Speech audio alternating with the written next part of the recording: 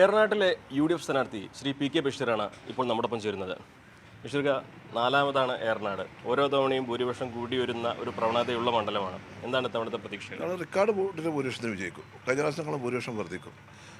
ജനങ്ങളും വോട്ടർമാരും നാട്ടുകാരും ഒക്കെ വളരെ പോസിറ്റീവാണ്. എൻ്റെ പ്രതീക്ഷയ്ക്ക് അപ്പുറത്താണ് അവരൊക്കെ.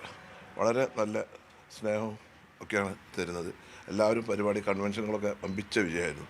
എന്തൊക്കെ കാര്യങ്ങളാണ് വോട്ടർമാർക്ക് മുമ്പിൽ വയ്ക്കുന്നത്? വികസന തുടർച്ച എന്ന് പറയുമ്പോൾ വികസനം തുടർച്ച പറയുമ്പോൾ നമ്മളിവിടെ ഏകദേശം 70-75% അടിസ്ഥാനപരമായിട്ട് എല്ലാ സൗകര്യങ്ങളും ചെയ്ത ഒരു നിയോജകമണ്ഡലമാണ്.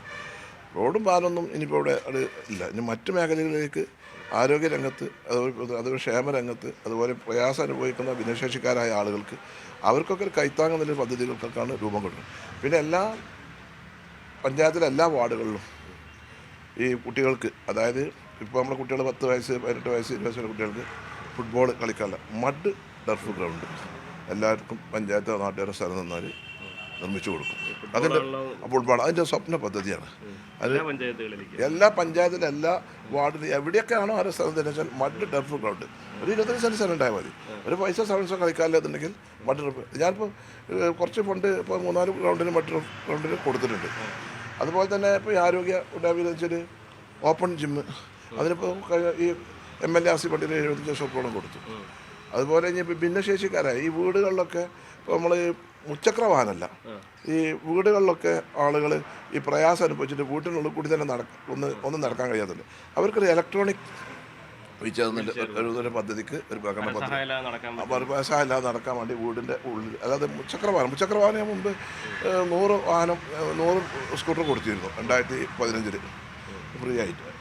ഇത് ഞാൻ ഭിന്നശേഷിക്കാരായ ആളുകളുടെ അവരുടെ ലിസ്റ്റ് എടുത്തിട്ട് ഏതൊക്കെ വീട്ടിലാണ് എന്ന് വെച്ചാൽ അവർക്ക് ഒരു നമ്മൾ വികസനം മാത്രമല്ല ഒരു കരുതലും ഉണ്ടാവണമല്ലോ.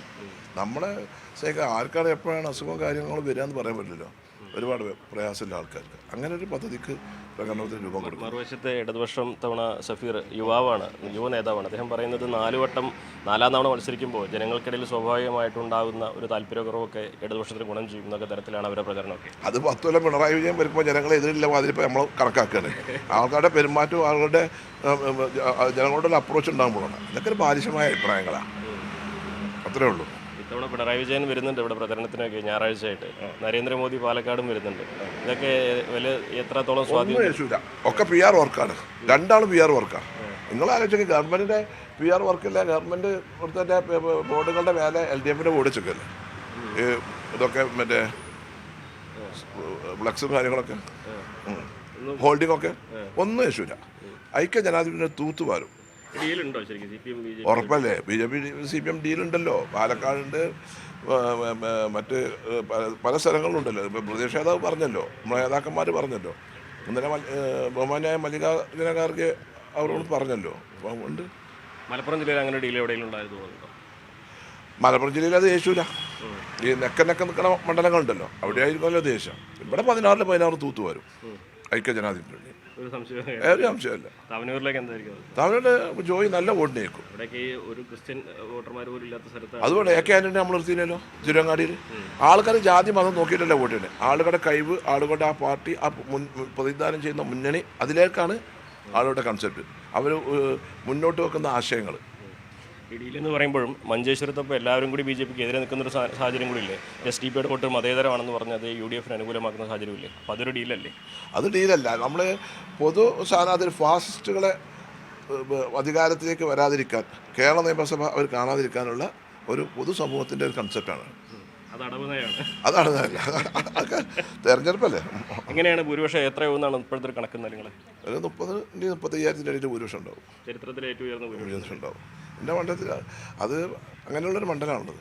ആദ്യത്തെ വലിയൊരു നമ്മൾ പറയാൻ മറ്റു മണ്ഡലം മാറില്ല. നമ്മൾ വളരെ ഫൈറ്റ് ചെയ്ത് കണ്ട് ആദ്യഘട്ടത്തിൽ 11,000 വന്നു, പിന്നെ 13,000 വന്നു, പിന്നെ 22,000 വന്നു. അങ്ങനെയാണ് ജനങ്ങൾക്ക് പിന്നെ ജനങ്ങളെ കയ്യിലാണ്. പ്രതീക്ഷയാണ് അല്ലേ. ഞാൻ അങ്ങയുടെ പല പ്രസംഗവും പലയിടത്തും കണ്ടിട്ടുണ്ട്. പക്ഷേ അങ്ങ് ഏറ്റവും സന്തോഷമായി കണ്ടത് ഞാൻ വയനാട്ടിലെ പുനരധിവാസത്തിൻ്റെ ആ പ്രൊജക്റ്റിൻ്റെ പൂർത്തീകരണത്തിൻ്റെ സമയത്താണ്. സത്യത്തിൽ ജീവിതത്തിൽ ഏറ്റെടുത്തതിൽ ഏറ്റവും സന്തോഷം തന്നൊരു സംഭവം അതായിരുന്നു. ജീവിതത്തിലെ ഏറ്റവും വലിയ ഒരു സംരംഭം, ഒരു ഇതായിരുന്നു എൻ്റെ ജീവിതത്തിൽ. ഇത് വയനാട് ചുരന്മയ മുണ്ടക്കൈ ദുരിതബാധിതർക്ക് പാർട്ടി എന്നെ ഏൽപ്പിച്ച ദൗത്യം പൂർത്തീകരിക്കാൻ കഴിഞ്ഞു എന്നുള്ളതാണ് എനിക്കതിൽ ഏറ്റവും വലിയ ഒരു സന്തോഷം. കാരണം പാവപ്പെട്ട എല്ലാം നഷ്ടപ്പെട്ടവരുടെ കണ്ണീരൊപ്പാൻ സാധിച്ചു. അത് റിക്കാർഡ് വേഗതയിലായിട്ട് നിർമ്മാണ പ്രവർത്തനങ്ങളെ കുറിച്ച് അത് എനിക്കൊരു ചാലഞ്ചായിരുന്നു. അതിന് ഞാൻ വളരെ സംതൃപ്തനാണ്. കാരണം നിങ്ങൾ അവിടെ പോയി നോക്കണം, ഒരുപാട് ആളുകൾ പ്രയാസം ചെയ്ത് എല്ലാം നഷ്ടപ്പെട്ടവരുടെ ഒരു പ്രയാസം നമുക്ക് മനസ്സിലാവില്ല. ഞാൻ വളരെയധികം സങ്കടപ്പെട്ട് കരഞ്ഞ ദിവസങ്ങളൊക്കെ ഉണ്ട്. ഓരോരുത്തരും എന്ന് പറയുന്ന അവസ്ഥകൾ എല്ലാം നഷ്ടപ്പെട്ടവർ. അപ്പോൾ അതിന്ന് ഏതായാലും ഇവർക്ക് ഒരു ആശ്വാസം നിനക്ക് പാർട്ടി ഉണ്ടാക്കുന്ന 105 വീട് ആദ്യഘട്ടത്തിൽ 51 വീട് 4.5 മാസം കൊണ്ട് നിർമ്മാണം പൂർത്തീകരിച്ച് അവർക്ക് കൈമാറാൻ സാധിച്ചിട്ടുള്ളത് വളരെയധികം സന്തോഷം. എൻ്റെ ജീവിതത്തിലെ ഏറ്റവും വലിയ ഒരു ജീവകാരണത്തിൽ ഏറ്റവും നല്ല അതിൽ എനിക്ക് നല്ല ചാരിതാർത്ഥ്യമുണ്ട്.